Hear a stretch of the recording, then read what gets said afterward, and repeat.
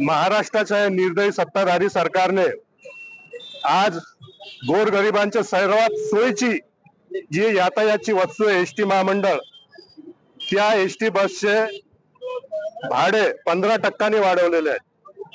सामान्य माणूस अगोदरच महागाईने फार मेटकुटीस आलेला आहे आणि असं असताना सुद्धा या गव्हर्नमेंटने, या सरकारने 15% वाढून एकतर एसटी महामंडळाची परिस्थिती अशी आहे, जी बस फक्त 10 वर्ष वापरू शकतात ती बस 20-20 वर्षापासून इथं चालू आहे।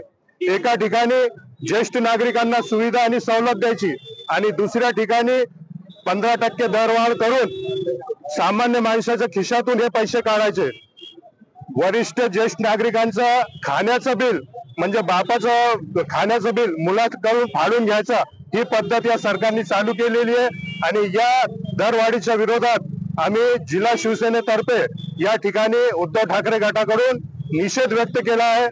हे भाडेवाढ त्वरित रद्द करावी आणि सामान्य माणसाला दिलासा द्यावा।